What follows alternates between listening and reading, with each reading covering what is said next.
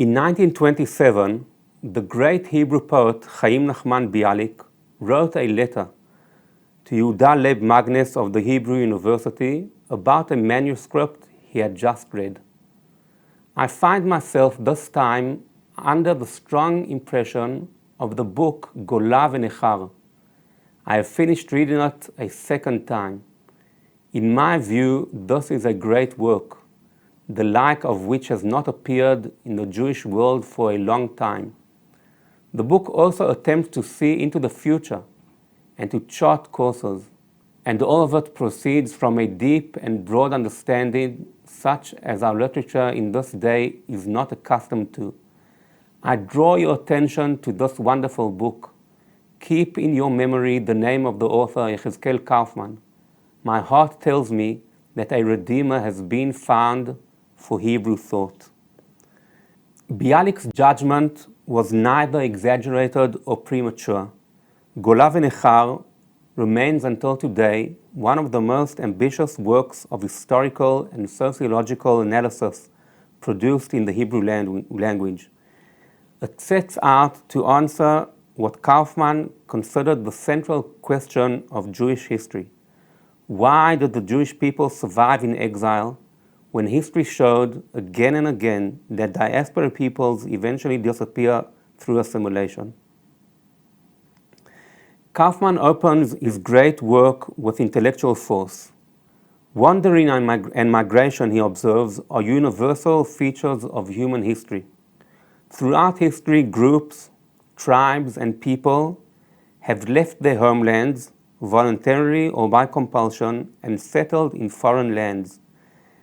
Their fates have generally followed one of two paths.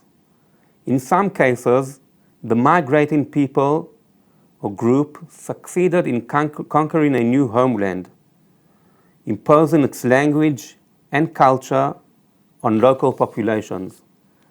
The Phoenicians, who established Carthage on the North African coast in ancient times, and the English-speaking settlers who colonized America, Australia, and South Africa are examples of this pattern. In other cases, the migrants settled in foreign lands without conquering them. In this second scenario, they gradually absorbed the language, religion, customs, and cultures of the host society, and eventually, within a generation or two, or at most a few generations and centuries, disappeared as a distinct group. The Jewish experience, Yehezkel Kaufmann argued, didn't obey neither pattern. For more than 2,000 years, Jews were scattered across an enormous geographical range from Spain to China, living under the rule of great empires and states, undergoing profound processes of cultural and social integration into their host societies. Everywhere you check in Jewish history, you can see Jews using local languages, adopting local dresses, food, and architecture, engaging in every conceivable occupation in places they loved, and exposed to powerful forces of religious and cultural assimilation. And yet, they never completed the process. Some force prevented them from completing the process of assimilation and eventually disappearing. What was this force? The answer to this question can be found in the title of Kaufmann's great book, Gola ve-Nekhar, Exile and Estrangement. Gola, exile, designates the historical process of displacement that began with the destruction of the first temple in 586 BCE. In this process of Gola, exile, the natural tendency of any diaspora group, as we saw before, is to assimilate into the surrounding culture and eventually disappear as a distinct entity. This process was at work in Jewish history, and there was nothing special about the Jews in this respect.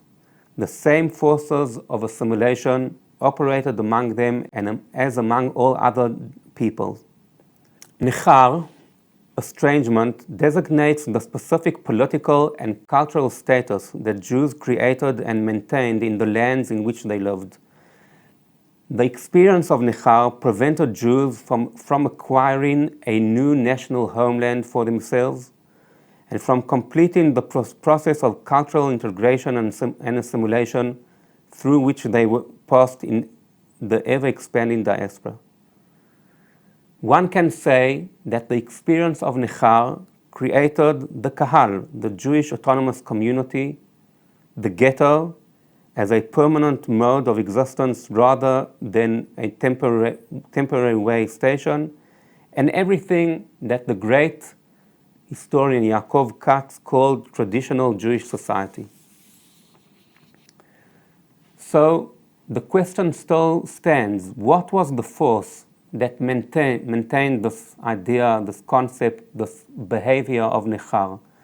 The Nekhar that prevented Jews from completing the assimilation that the Golah, exile, set in motion. Kaufmann's answer is that it was the religious factor alone.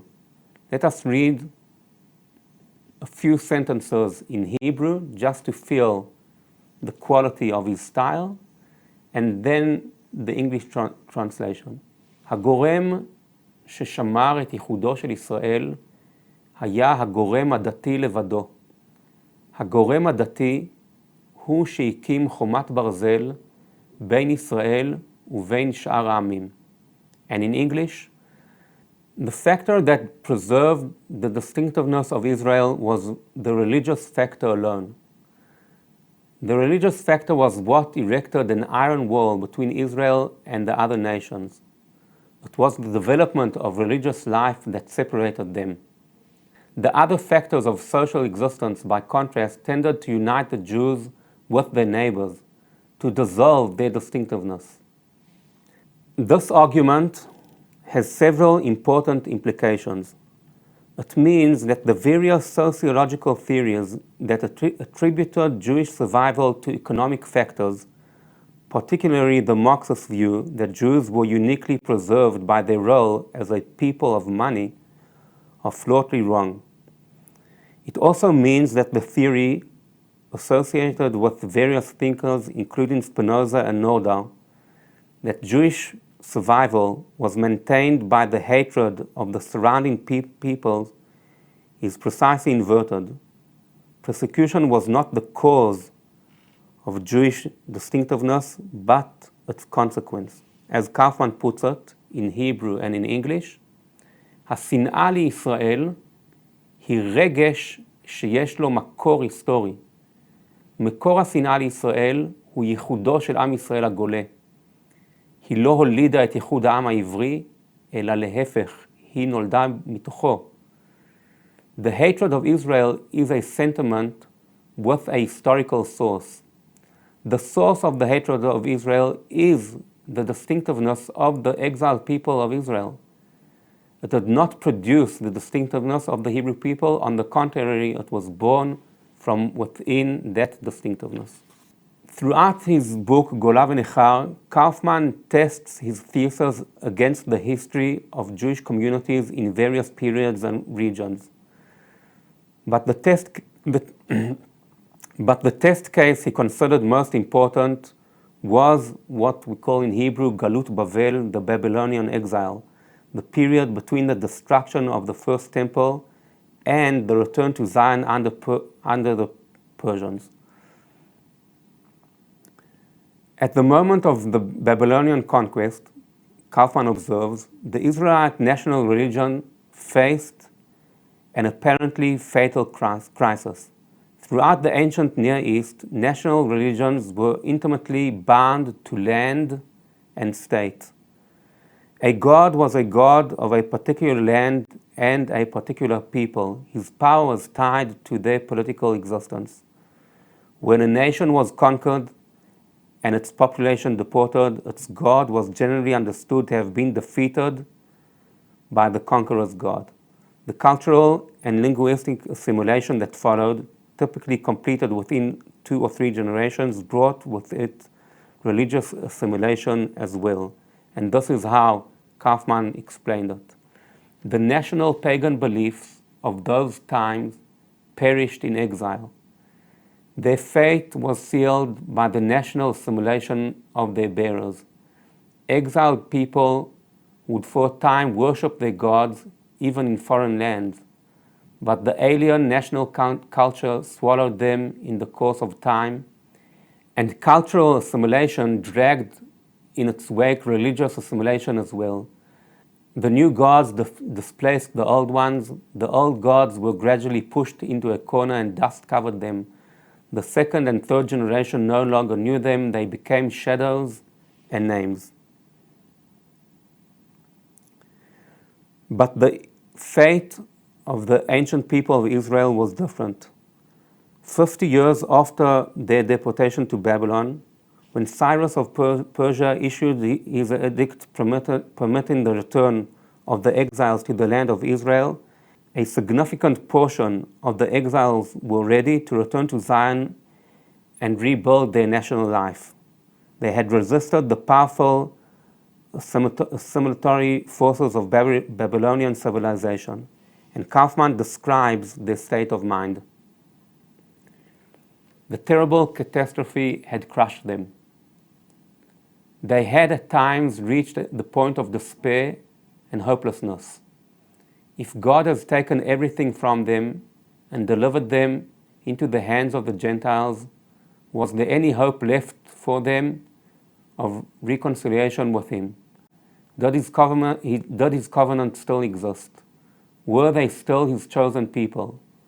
And yet, the terror of destruction could not drive from their hearts a consciousness that arose from within their awareness of their religious superiority over the pagan world.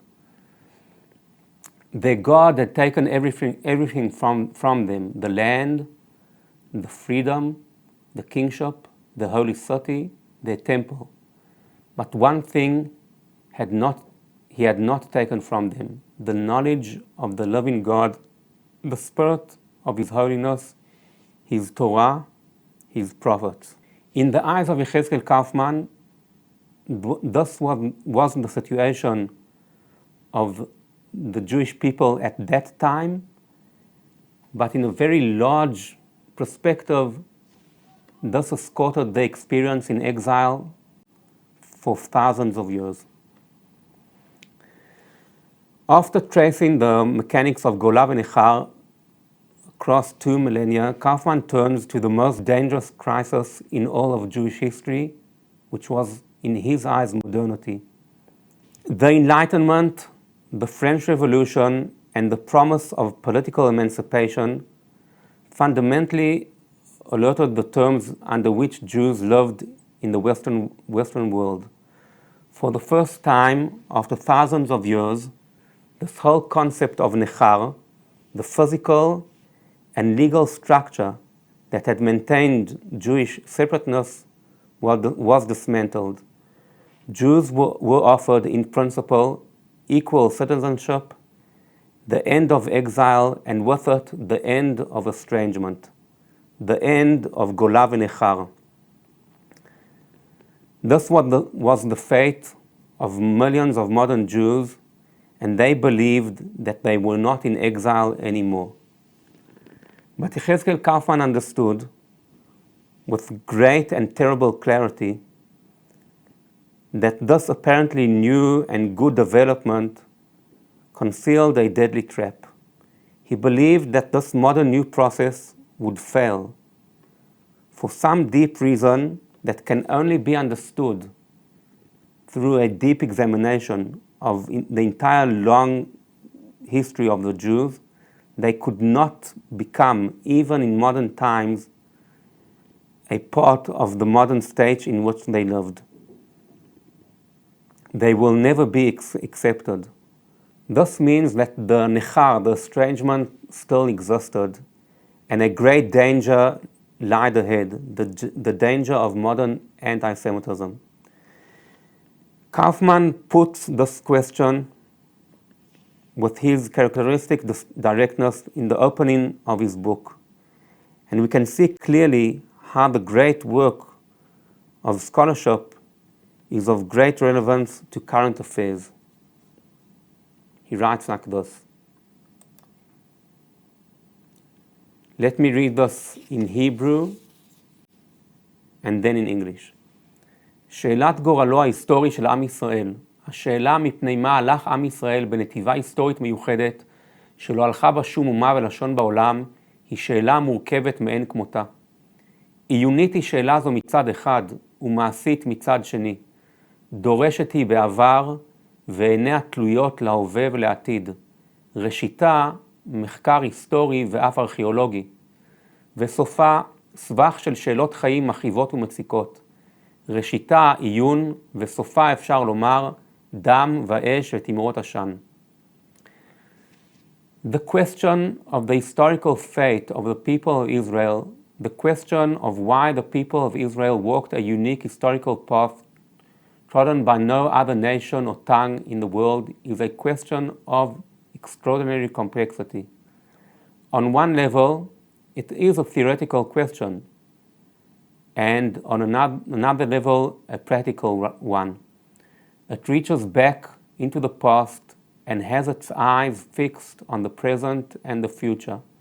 It begins as historical and even archaeological inquiry, and its end is, one might say, a tangle of painful and pressing questions of life. It begins as reflection, and its end is, one might say, blood and fire and pillars of smoke. Note the remarkable phrase, blood and fire and pillars of smoke.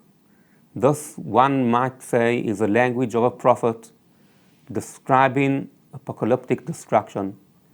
Kaufmann is writing these sentences in the mid-1920s, a full decade before Hitler's rise to power, and yet he already perceives with prophetic clarity that the question of Jewish survival is not merely historical and definitely not an academic issue, but an urgent and fatal and practical issue. The solution to the crisis, in Kaufmann's view, was the same proposed by Leo Pinsker and Theodor Herzl, a physical homeland for the Jewish people, a land in which Jews could rebuild national life and really end the vulnerable condition of permanent exile. He did not believe this homeland needed to be the land of Israel. Indeed, he had serious doubts about the viability of a Jewish state in the midst of an Arab world that would eventually resist it.